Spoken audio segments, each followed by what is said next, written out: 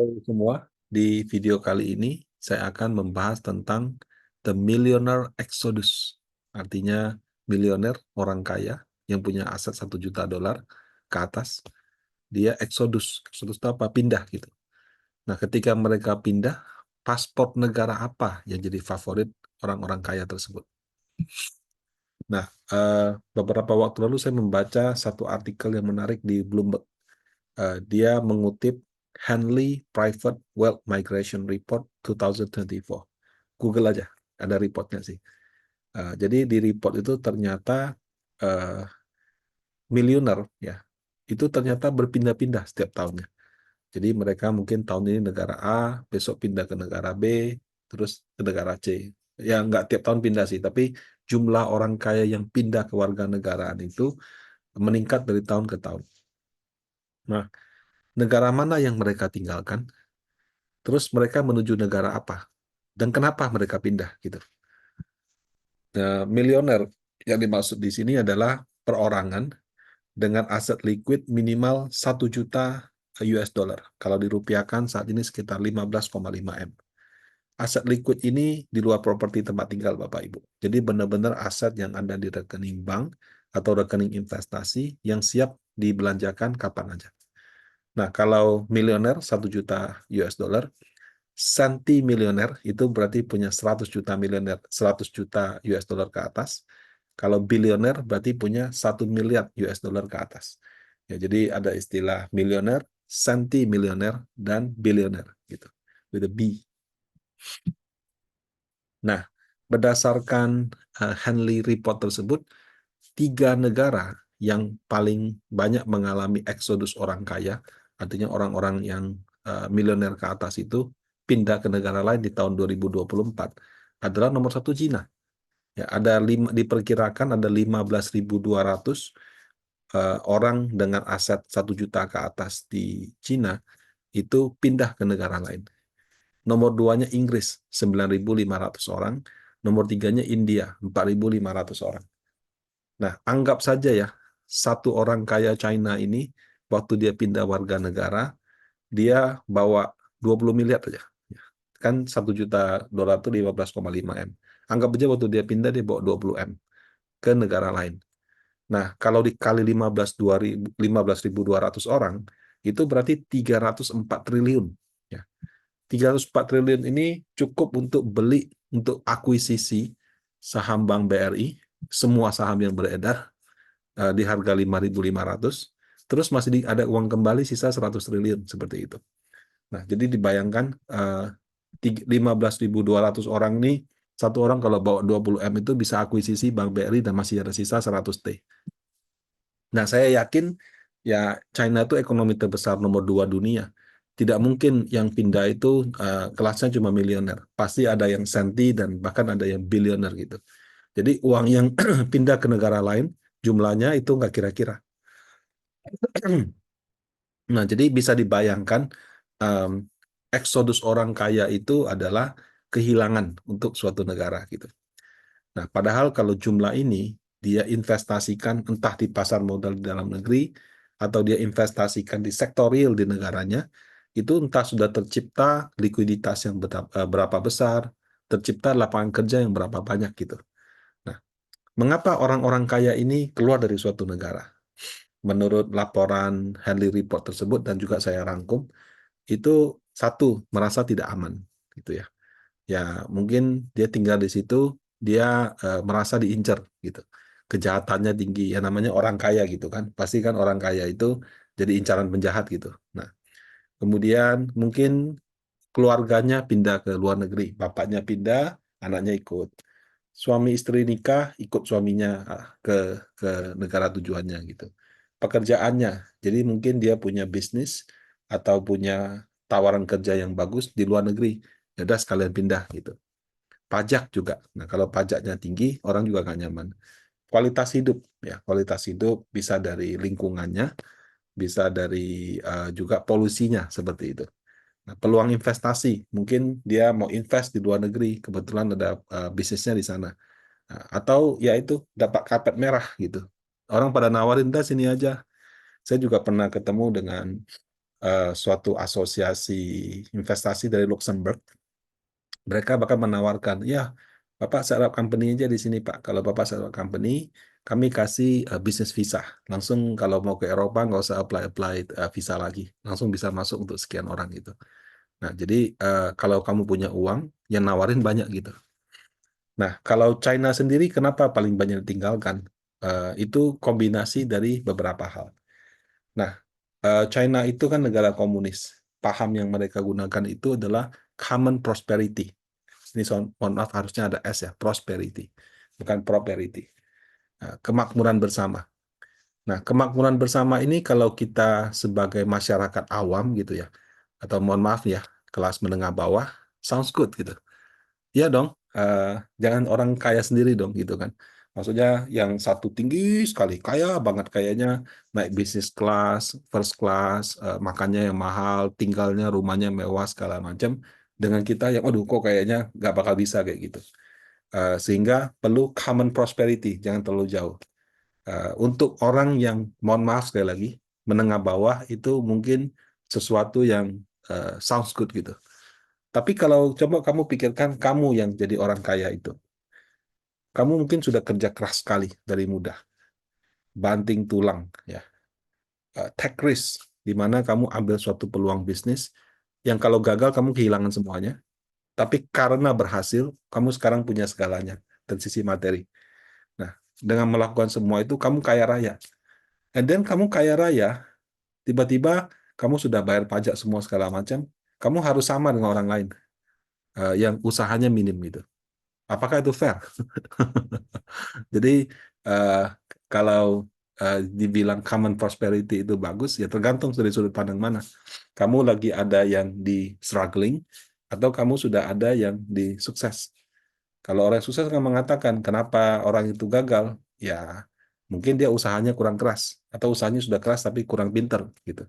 Atau mungkin amalnya kurang banyak gitu, amal ibadahnya kurang, jadi kesempatannya juga nggak dapet. Jadi kadang-kadang orang itu uh, butuh yang seperti ini, seperti Bapak Ibu.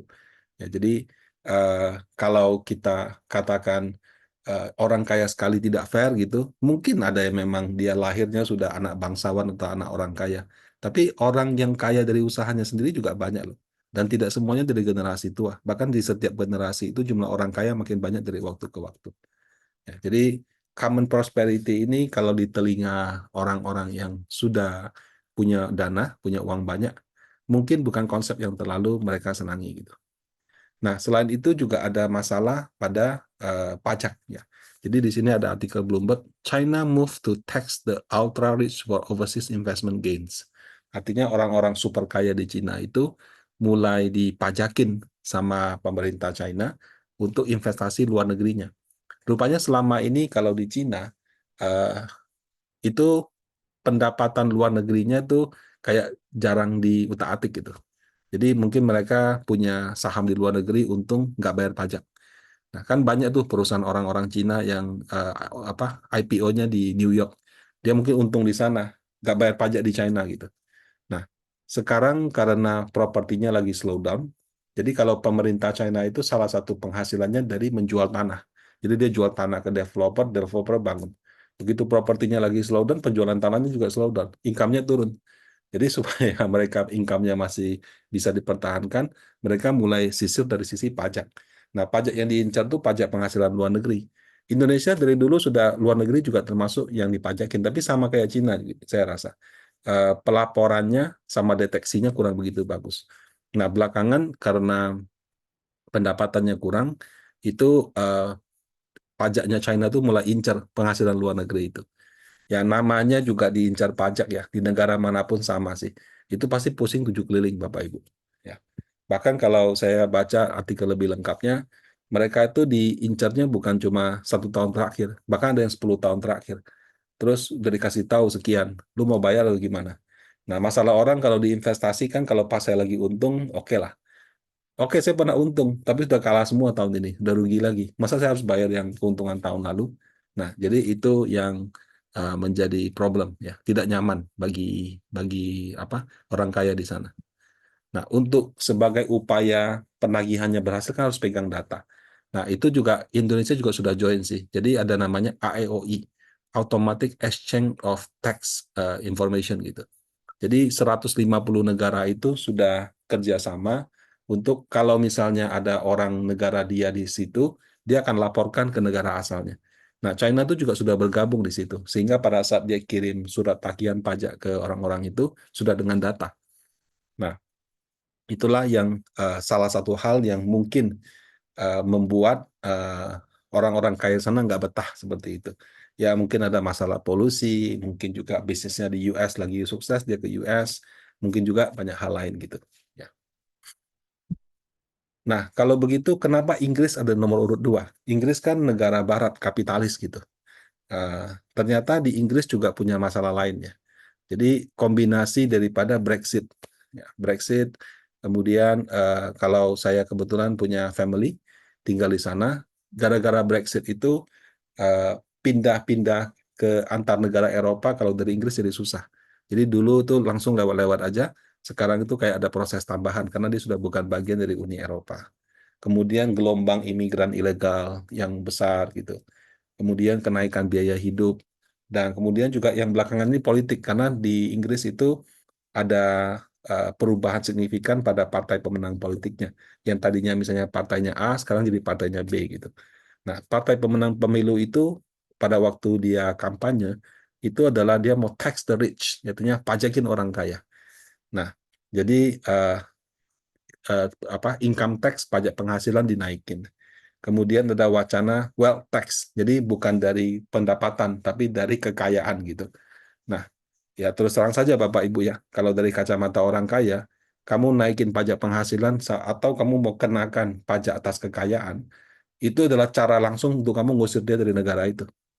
Ya, suka tidak suka orang kaya itu adalah orang yang menciptakan paling banyak lapangan kerja. Mungkin tidak semua, tapi mereka bisa begitu sukses. Biasanya tidak sendirian, pasti mereka punya usaha, usahanya mempekerjakan banyak orang. Nah, kalau misalnya mereka diusir dari situ, mau bisnis apa? Gitu. Nah, kemudian orang-orang itu karena dia punya kekayaan tinggi, daya belinya juga sudah tinggi.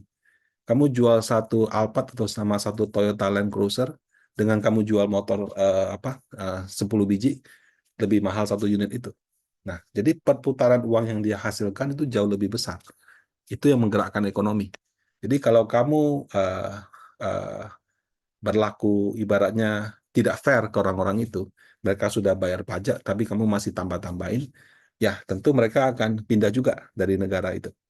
Ya, jadi banyak hal lah seperti itu ya. Jadi di sini tulis UK could have 9.500 millionaires exit this year. Jadi 9.500 milioner diperkirakan keluar dari Inggris tahun ini.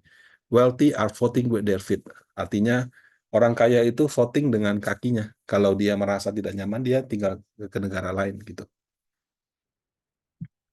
Nah, uh, itu tadi kan yang keluar. Nah, pada saat yang sama ya, negara-negara lain tuh justru berlomba-lomba gitu. Udah, sana nggak enak, kamu ke sini aja. Tempat saya bagus, tempat saya safe haven gitu.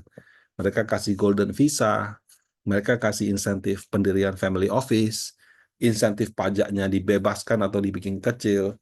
Dia bikin kota lengkap, ada entertainmentnya, ada sport clubnya, ada night clubnya, ada apapun semua ada di sana.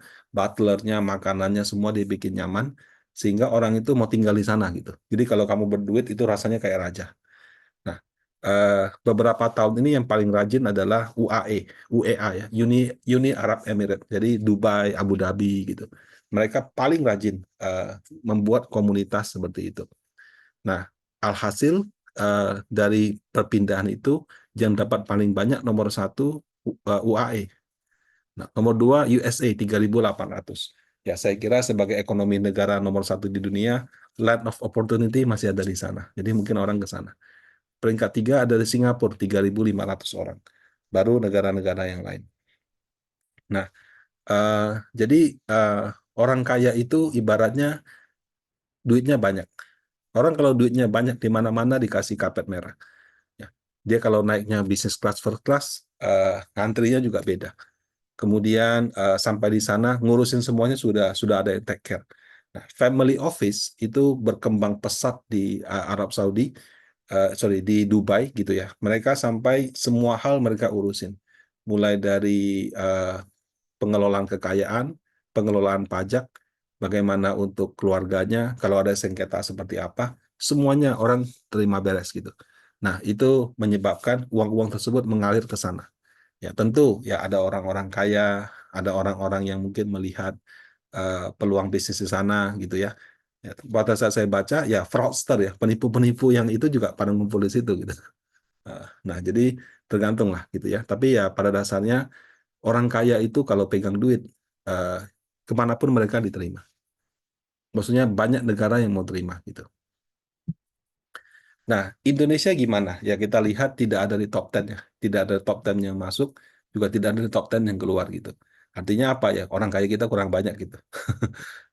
Tapi tetap lumayan sih. Nah, dan saya lihat pemerintah juga aware. Di akhir masa pemerintahan Pak Jokowi, saya lihat dia mulai berusaha di situ. Mulai ada diskusi waktu itu Pak Luhut dikasih tugas ngurusin family office.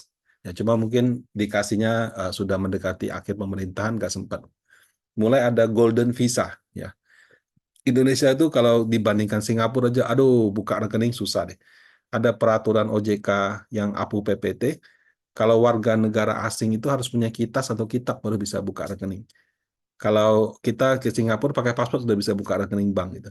Orang Singapura ke sini kalau dia punya izin tinggal sementara atau tetap nggak bisa buka rekening. Jadi ibaratnya orang punya uang mau buka rekening itu nggak dikasih gitu. Aduh parah gitu. Ya tapi ya sudah memang ini aturan di Indonesia.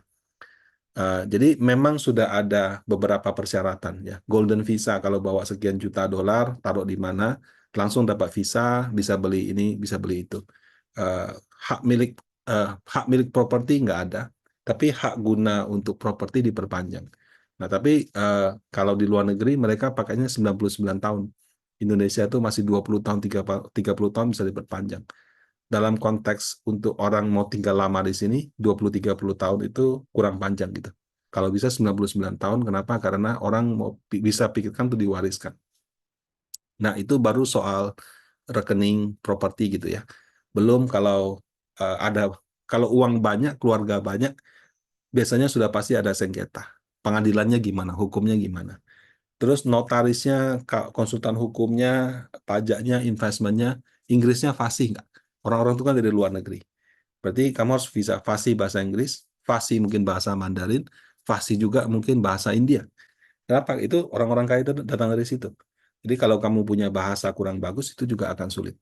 Ya, tapi walaupun kita masih terbatas, paling tidak sudah dimulai. Ya, semoga di pemerintahan berikutnya bisa makin disempurnakan sehingga eksodus orang-orang kaya itu bisa melihat Indonesia sebagai salah satu negara tujuan investasi. Nah, demikian. Semoga bermanfaat. Terima kasih.